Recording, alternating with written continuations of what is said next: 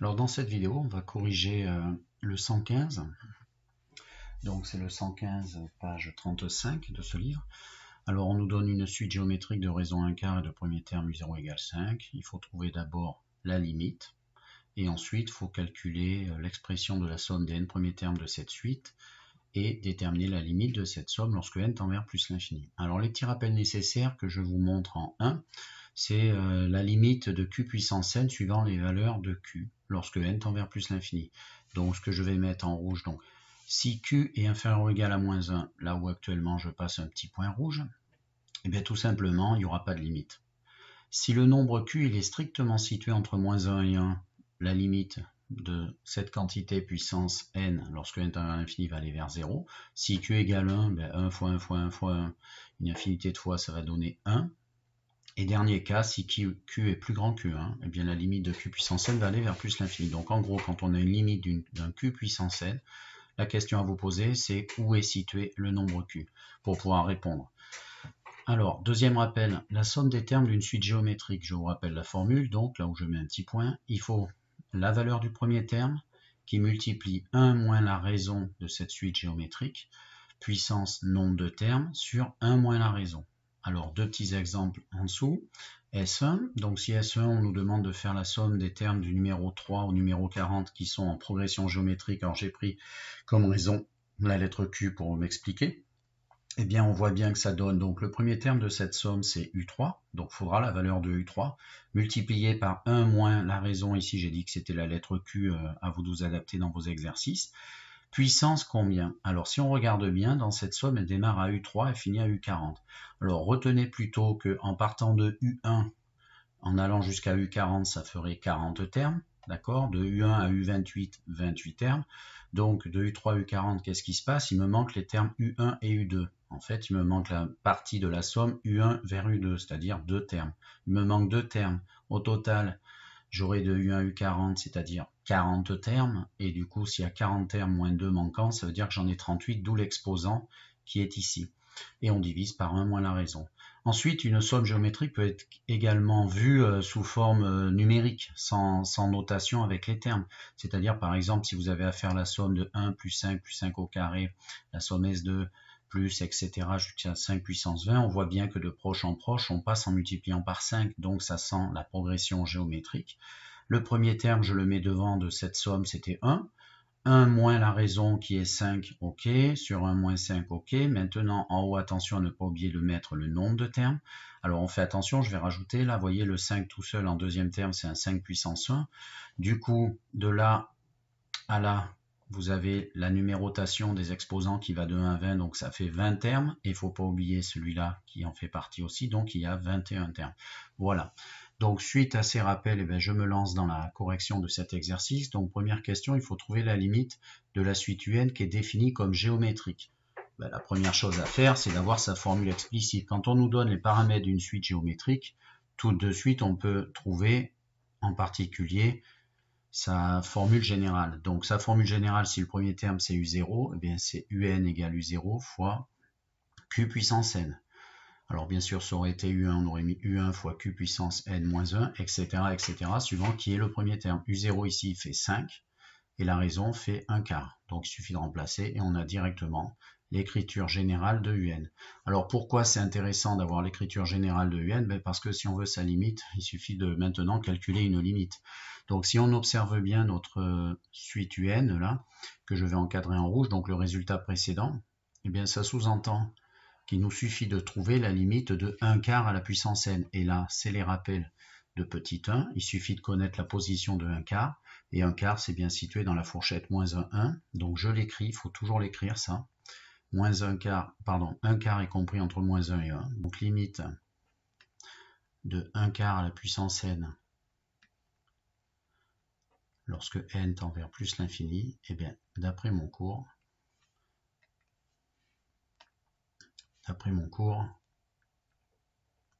ça fait 0. Et ensuite, ben, comme on multiplie par 5 en sortie, puis par produit, ben, la limite de UN va donc être, je fais des bêtises de frappe moi, la limite de ma suite est donc 5 fois 0 égale 0. Voilà pour la première question.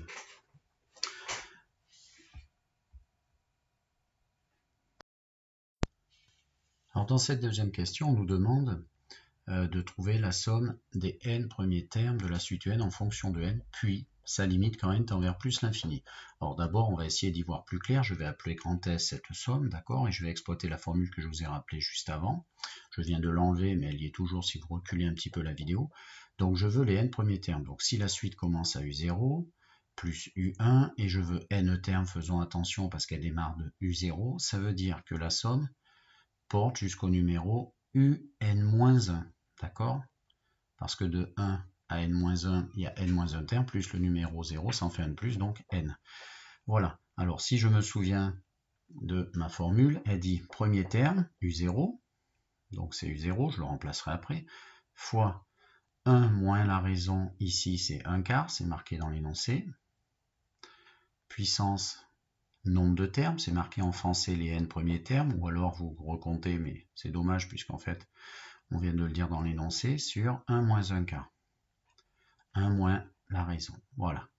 Alors on va remplacer, pour simplifier les calculs, U0 c'est 5, fois 1 moins 1/4 puissance n, le numérateur on ne peut jamais rien en faire pour l'instant, hein. Tout ça sur 1 moins 1/4 que l'on peut calculer, qui fait donc 1 à qui j'enlève 1/4, ça fait 3/4. Alors ce que je vais encadrer en rouge, vous pourrez toujours le simplifier en calcul, hein. Ça, on peut toujours le simplifier, d'accord? Et je vous rappelle la règle de calcul, hein. Si on a une A fois B sur C en fraction, vous pouvez très bien choisir de faire A sur C et le multiplier après par le résultat B, hein. Ça, c'est égal. Et je vais le faire à chaque fois pour une somme d'une suite géométrique, parce que les parties A sur C peuvent toujours se simplifier. Donc en dessous, ça fait donc 5 divisé par 3/4, d'accord? Et 5 divisé par 3/4, c'est 5 fois son inverse à 3/4, c'est-à-dire 4/3. Donc ça, c'est le résultat de A sur C avec 5 et 3/4, donc 5 fois l'inverse de 3/4, multiplié, attention, par tout le numérateur qui est 1 moins 1/4 puissance n. Voilà. On peaufine un peu devant, ça fait 20/3, 5 fois 4, sur 3 facteurs de ce crochet. Alors maintenant, quelle est la limite? Alors, pardon, je vais un peu vite, c'est pour l'instant, je viens de terminer, je vais vous encadrer en vert, donc c'est le résultat de ma somme des n premiers termes de suite géométrique démarrant à 5 et de raison progressive 1/4. Alors maintenant, on me demande, deuxième partie, de trouver la limite de cette somme. Et encore une fois, on peut voir que ça porte tout simplement sur déterminer la limite de 1/4 puissance n. Donc pour les mêmes raisons que tout à l'heure, moins 1 et 1 encadrent 1/4, donc ceci fait 0, puis on déduit donc que la limite,